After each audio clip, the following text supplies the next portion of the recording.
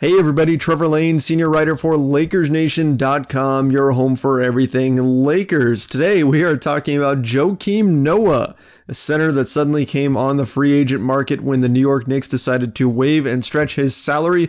Could be a fit for your Los Angeles Lakers.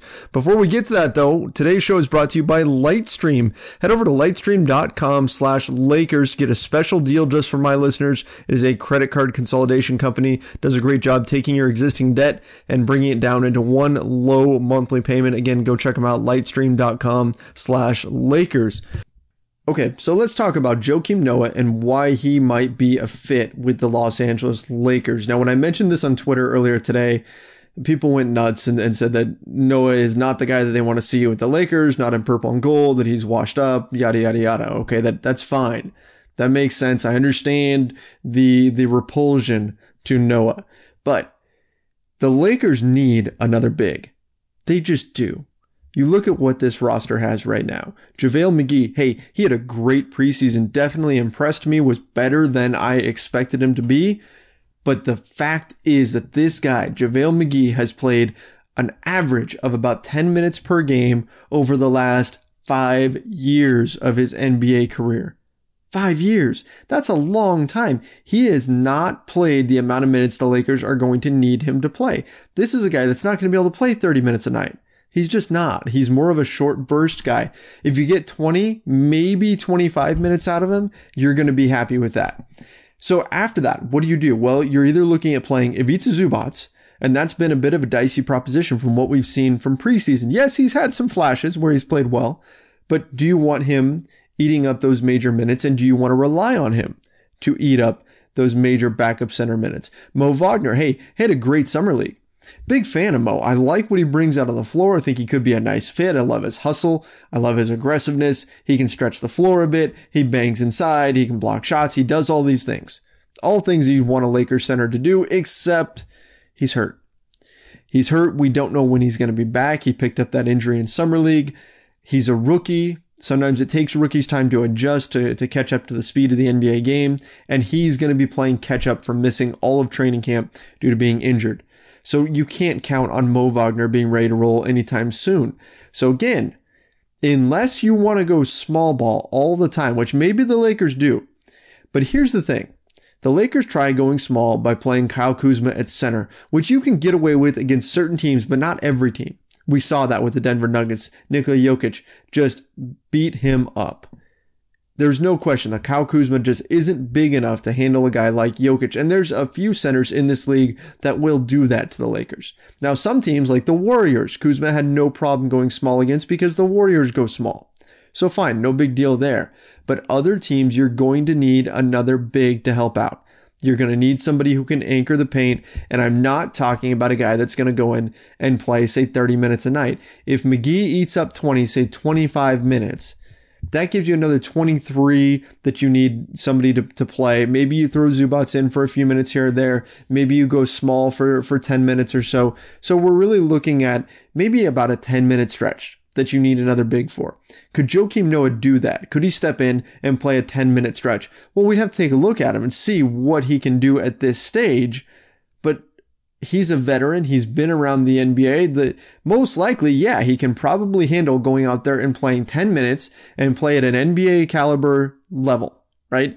He can play as an NBA player for 10 minutes in a certain situation. I think that that's reasonable to assume. And again, that's all you need.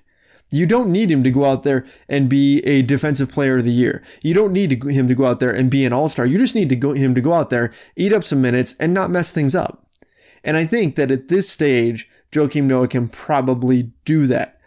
Also, keep in mind, what if something happens to JaVale McGee?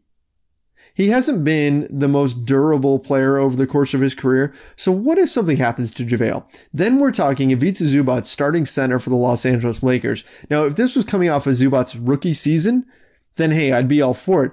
But that Zubac, we haven't seen him in a couple of years. So who knows what he's going to do this season. I still have high hopes for him. I'm not writing off Zoo. Hey, hopefully he really steps it up and he gets a stranglehold on that backup center position because he earned it. But right now, we can't say that's a certainty. We can't say that he's ready to fill in as a starter. So you need that other piece. And the Lakers need that other piece. And I know you're going to say, hey, the Lakers could go small. They're going to play small ball, positionless basketball, run and gun, all of that. Well, that's all well and good. But the Lakers already have a problem on their hand, even with everyone healthy. And that problem is on the boards. In preseason play, the Lakers were 29th in rebounds per 100 possessions. 29. That means one NBA team was worse than them, and that was the Memphis Grizzlies.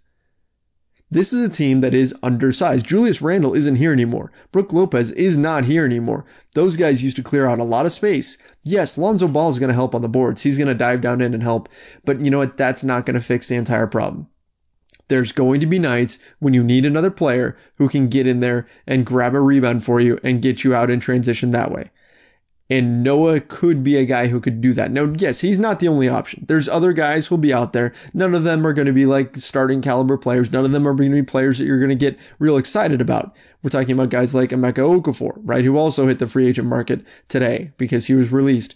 But still, the bottom line is that they need somebody, and Noah could potentially fit that bill. Yes, the Lakers already have a cast of colorful characters. Yes, you'd be adding one more. But he's at least worth checking out. I'd much rather go after Joakim Noah than a guy like, say, Andrew Bynum, right? Who hasn't played in a long time, right? And never really showed the ability to hedge out on a pick and roll or anything like that.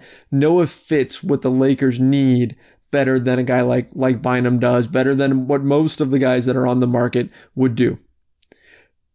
Is he the guy to go with? Is he a home run? No, but he's worth taking a look at. Because this is a problem. The Lakers do have a problem on their hands in the middle. They do need a little bit more help. Hopefully it'll come from within. Hopefully Mo Wagner will get healthy. Hopefully Ivica Zubac will step up his game. But for right now, just to make sure they have all their bases covered, they need to bring someone else in.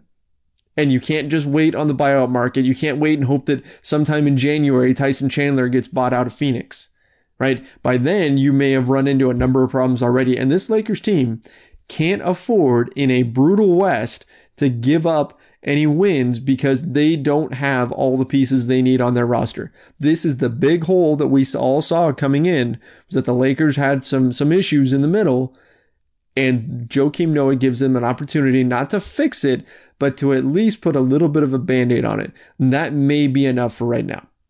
That's my take anyway. What do you guys think? Should the Lakers kick the tires here on Joakim Noah and potentially bring him in as a backup center option? Go ahead and reply below. If you are listening to this on LakersNation.com, go ahead and reply in our comments section. If you're on YouTube, go ahead and reply down there. Let us know what you think.